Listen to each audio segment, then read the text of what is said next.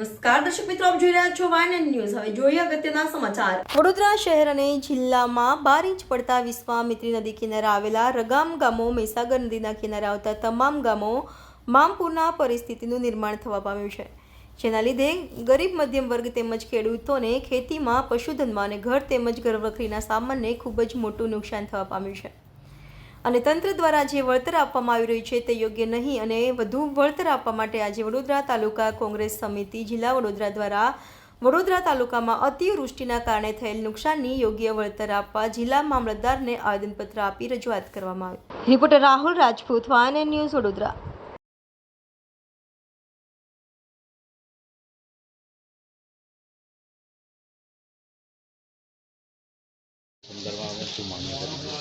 આપ જાણો છો એ પ્રમાણે કે ઘણા છેલ્લા 5-7 દિવસ પહેલાં જે અતિશય વરસાદ પડ્યો હતો, 12 થી 15 ઇંચ જેટલો વરસાદ ખાબક્યો હતો, એના કારણે સમગ્ર વિસ્તારની વડોદરા તાલુકાની ઉત્તર અને દક્ષિણ બંને ભાગોની અંદર ઘણી બધી નદીઓ આવેલી છે। આ બાજુ મહીસાગર છે, વિશ્વામિત્રી છે, પેલી બાજુ ઢાઢર છે, ઘણી એવી નદીઓના કારણે પૂર ઘરોમાં ઘૂસી ગયા હતા અને માલહાલને જાનને ઘણું નુકસાન પહોંચ્યું હતું। એના અનુસંધાનમાં જે સરકાર દ્વારા કેશ ડોલ વ્યક્તિ દીઠ 100 રૂપિયા અને ઘર વખરી પેટે 2500 રૂપિયા જે આપવામાં આવ્યા છે એ તદ્દન ખોટા છે।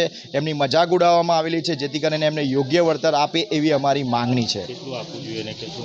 મેક્સિમમ ઘર વખરી પેટે એમને 15 થી 20 હજાર જેવું મળવું જોઈએ અને વ્યક્તિ દીઠ એમને જે 4 થી 5 દિવસ જે પાણી ભરેલું હતું એના પર યોગ્ય વિચાર કરીને ફેરવિચાર કરીને એમને યોગ્ય પૈસા મળવા જોઈએ।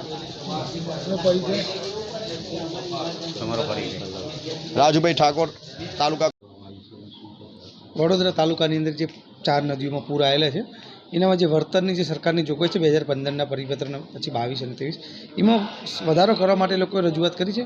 એ રજૂઆત અહીંયાથી અમે માનનીય કલેક્ટર સાહેબ થ્રુ સરકારમાં મોકલાવશું। જે હાલ 2500 રૂપિયા લખે છે ઘર વખરીનો, એમાં વધારો કરવા માટે અને કેશ ડોલમાં જે 100 રૂપિયા પર ડેના છે એમાં વધારો કરવા માટે એ લોકોએ લિખિતમાં રજૂઆત કરી છે। અમે તો આ એમની જે રજૂઆત છે કલેક્ટર સાહેબને ફોરવર્ડ કરશું, કલેક્ટર સાહેબ સરકારમાં મોકલશે કે ભાઈ આ લોકોએ વળતરમાં વધારા માટે રજૂઆત આવેલી છે, એટલે સરકાર પોલિસી લેવલ ડિસિઝન લેશે। હું શૈલેષ દેસાઈ, મામલતદાર વડોદરા ગ્રામ્ય। Subscribe now and press the bell icon. Never miss an update.